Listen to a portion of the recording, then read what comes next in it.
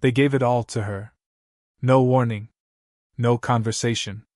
Just a digital folder labeled private, tucked away in a dusty corner of the company drive, and inside, a succession plan that erased me like I'd never existed. Full ownership. To my sister.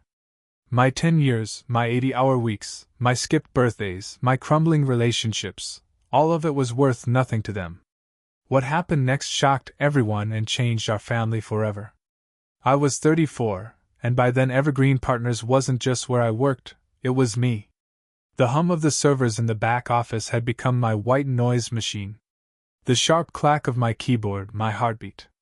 I poured everything into that place, working unpaid overtime with the blind faith of a child trying to earn his parents' approval.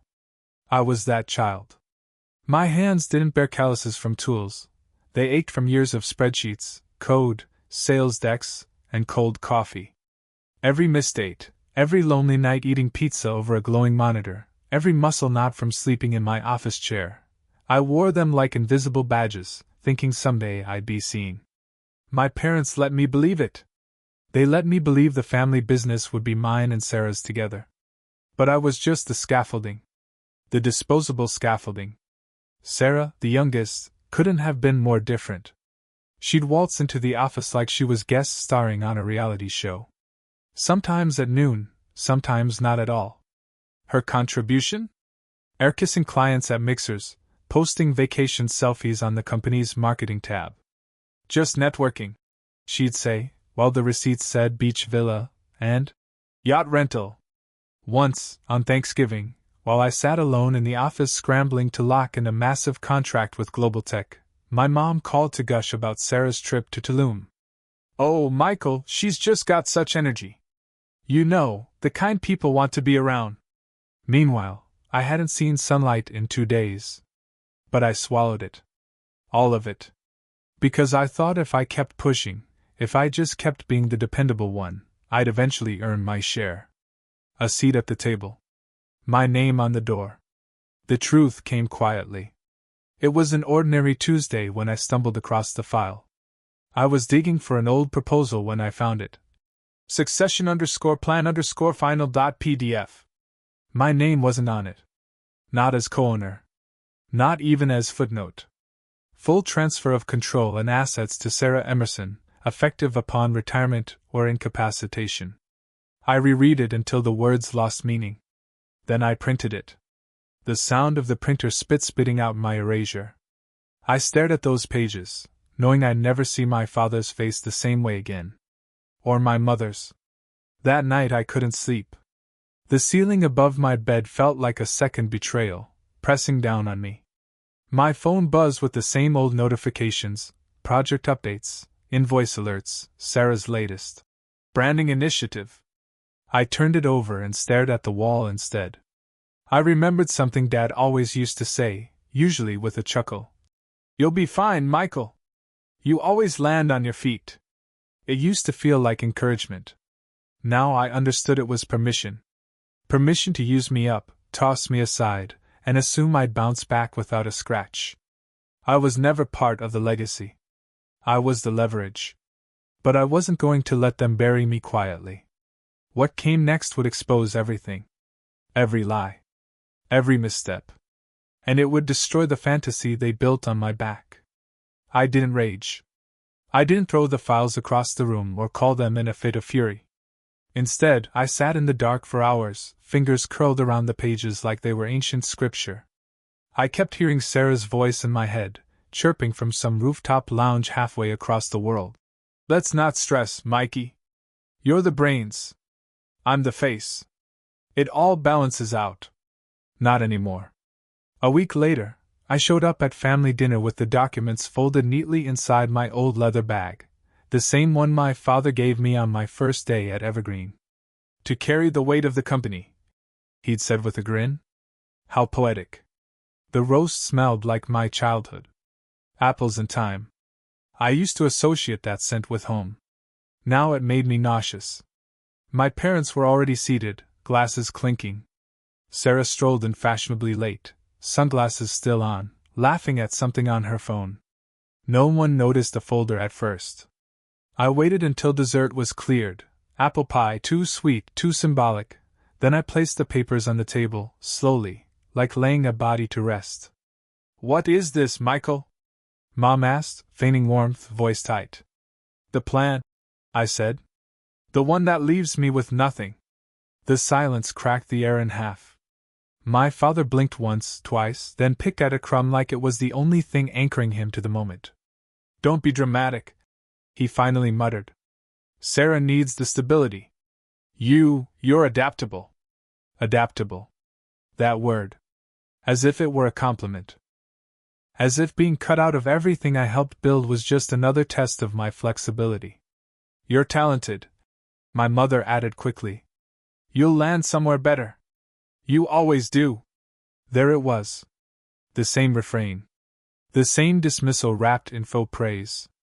And Sarah? She just smirked and reached for the wine. Oh, Mikey, you're not seriously mad, are you? Come on. You're the real CO type. I'm just, the aesthetic. I laughed. Out loud. Not because it was funny, but because it was so perfectly, disgustingly on brand. I hope Evergreen likes aesthetics, I said. Because it's about to lose everything else. I left the documents there. Let them soak into the polished oak like spilled ink. That night, I backed up everything I'd ever done for the company. Contracts, emails, internal reports, the full record of how I'd secured Global Tech's account, which was now 70% of our revenue stream. They'd given me no shares, no legal stake, but they couldn't erase the digital fingerprints. And I intended to leave a trail they'd choke on. I reached out to Robert Maxwell the next morning. My mentor. My compass. He'd always been quiet, maybe too quiet. But that day, his voice was sharp. I always suspected they'd do this, he said. But I hoped. God, I hoped I was wrong. He told me about a lawyer. Said his name like it carried weight. Harrison. Corporate, but with a soul. He's not cheap, Michael. But he hates injustice more than anyone I know. I booked the meeting that afternoon. And then, as if summoned by my intent, it came, the call. My father. Michael, Global Tech is threatening to cancel. No one else understands the contract. Sarah can't. He didn't say help. He didn't say please. Just panic. The sound of a man watching his empire bleed through his fingers. I said nothing for a full 5 seconds. Let the weight settle in. Then, let Sarah handle it. She's the heir, right? He went silent. Not even breath. Just the raw, quiet realization that the center couldn't hold.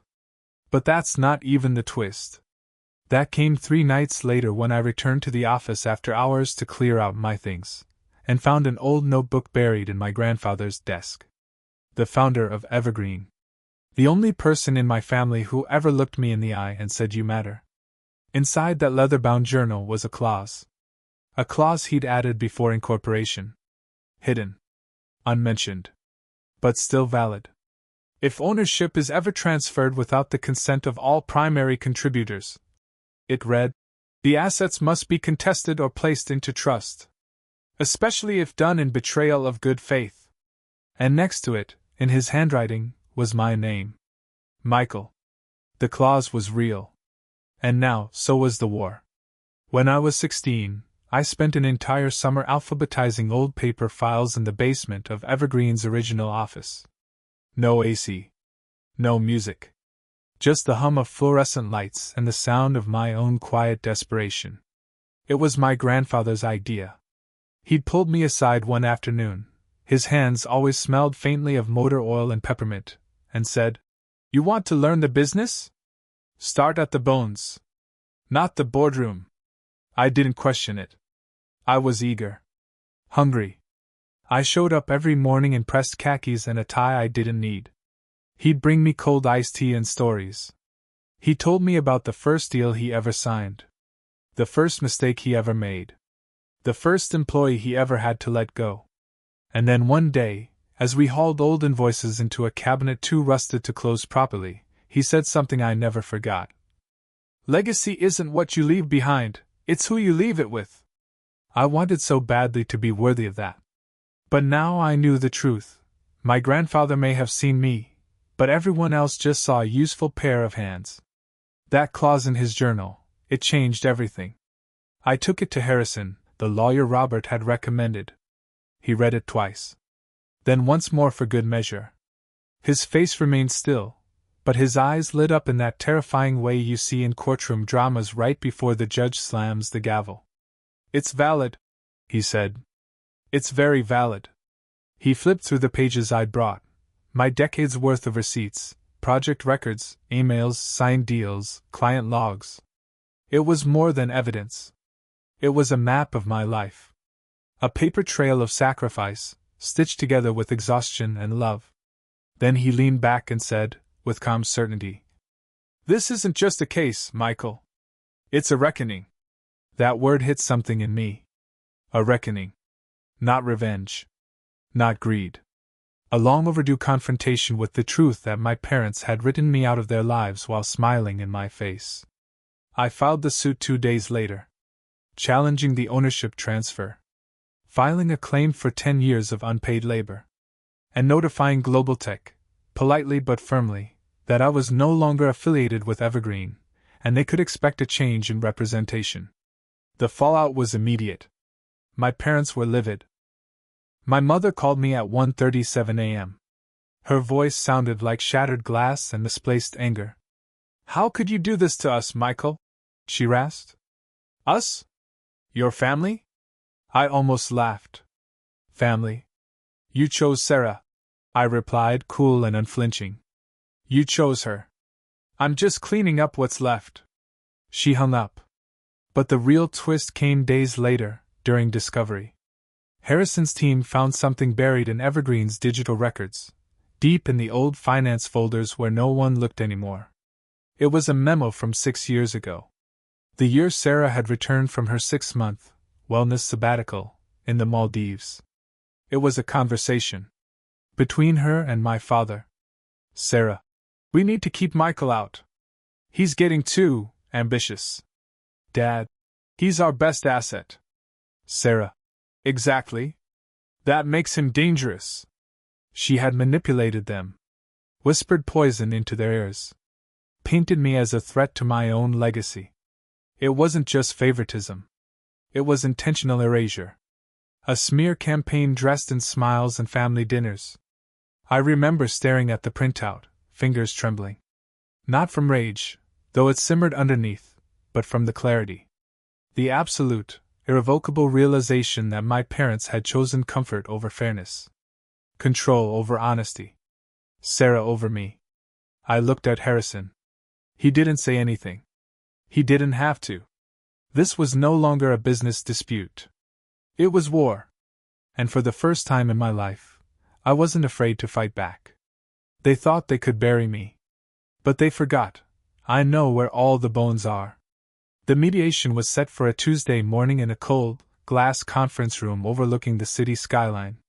It was supposed to be a controlled environment. Keep things civil. Professional. But there's no civil way to unravel a lie that's been building for 10 years. I showed up in a tailored navy suit. Calm. Focused. Harrison beside me like a loaded weapon dressed in corduroy. On the other side of the table, my parents. Sarah. And a lawyer I swear they pulled from the back of a bus ad. They looked composed. Barely. Sarah wore cream-colored silk and a bored expression. My father pretended to be reading the mediation packet. My mother kept dabbing invisible sweat from her upper lip. Then Harrison clicked the remote. The projector whirred to life, casting a giant white rectangle across the wall. The first slide wasn't an accusation. It was a number. $2.4 million. Inflated salaries. Marketing expenses. Travel logs disguised as business retreats. Luxury handbags listed as promotional material. Then came the emails. Sarah. He's getting harder to control. Dad. Then freeze him out slowly. Give her the credit. Keep him too busy to notice. Sarah. He doesn't need a seat. He needs a leash. The silence in the room grew thick, almost physical. My father shifted in his seat. My mother paled. But it was Sarah who broke first. "This is twisted," she hissed. "You think working overtime gives you a right to everything?" "No," I said.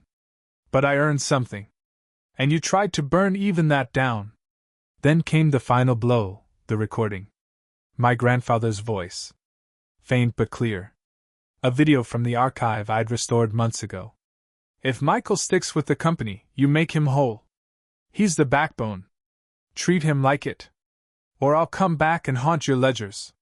People in the room laughed. The global tech rep in attendance, a quiet, sharp woman in a black dress, laughed the loudest. But Sarah wasn't laughing. Her face cracked. Her mouth trembled. "He always wanted to be the martyr," she shouted, her voice climbing. "He didn't care about the company. He just wanted to make me look incompetent." "No," I said, standing now. "You did that all on your own." She stormed out, nearly knocking over a water pitcher. My parents followed, their faces frozen masks of shock. The social mask they'd worn for years, generous founders, loving parents, balanced family, shattered into dust. And the dust stuck to everything they touched. A week later, the court ruled. The clause from my grandfather? Ironclad. The judge called the transfer to Sarah a deliberate and unethical act of internal sabotage. The ruling was swift and final. Ownership revoked. Evergreen put into forced sale. All proceeds split according to labor and contribution, not bloodline. They lost everything. Sarah fled the city. Last I heard, she filed for bankruptcy after Horizon Dynamics refused to absorb her into the new staff. My parents? Their retirement fund? Gone. Their social circle? Gone. Their illusion of legacy? Sold to the highest bidder. And Evergreen? It still exists. But under new ownership. And a new name, Evergreen Strategies. Mine. The dust didn't settle, it simply cleared enough for me to breathe again. After the ruling, I didn't feel triumphant. There was no champagne, no celebratory post. Just a strange, low hum in my chest. Like my body was waiting to feel something that never came. Because this wasn't victory. It was liberation. And that's not loud. It's quiet. In the weeks that followed, Evergreen's office, now mine, was cleared out, renamed, and reborn as Evergreen Strategies. The building was the same. The layout familiar. But everything inside had changed. No more framed photos of Sarah at networking events. No more calendars with color-coded reminders for board meetings I wasn't invited to. Just clean, open space. And light. Harrison stayed on as our legal consultant. Robert, my old mentor, agreed to be our first advisory board member. 2 of my most loyal former coworkers joined me immediately. One sent me a message that simply said, "Finally! We signed our first independent contract within 10 days. Not with Global Tech, they'd moved on, but with a rising biotech firm that found us through reputation alone. A fresh start. A clean slate. And still, the ache lingered. One night, I walked into my apartment, smaller than my old condo but finally mine, and found the leather bag, the one I carried to that fateful family dinner. I opened it. Inside were the original succession papers. Folded. Yellowing at the edges.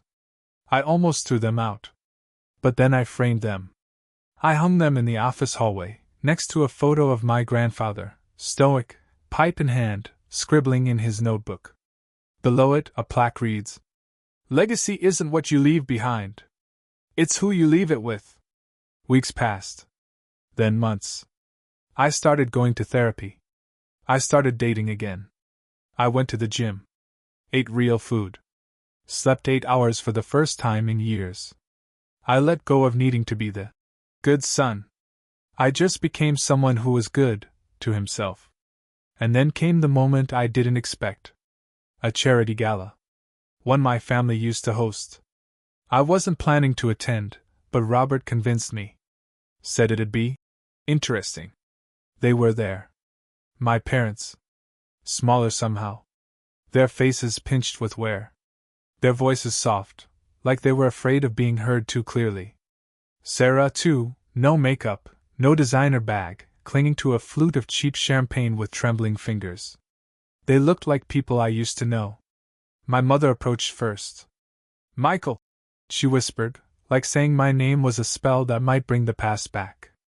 "Look at what you've done to us. We're ruined." Her voice broke, but not from grief. From disbelief. That I had the audacity to walk away. I looked her in the eyes and replied calm and clear. "No. You did that. I just stopped playing my part in the lie." Then I stepped around her and walked into the light of the ballroom, where people I respected were waiting, where I belonged. That was the last time I ever spoke to her. I've realized now that family isn't about blood or duty. It's about truth. About safety. About love that doesn't come with conditions or ledgers or manipulation. And I built that kind of family now, through friends, colleagues, people who see me without needing me to be smaller, quieter, more convenient. Sometimes, at night, I still feel the phantom weight of those years, like muscle memory. But I remind myself. I am not disposable. I am not adaptable. I am not the scaffolding. I am the foundation. And I will never, ever be erased again.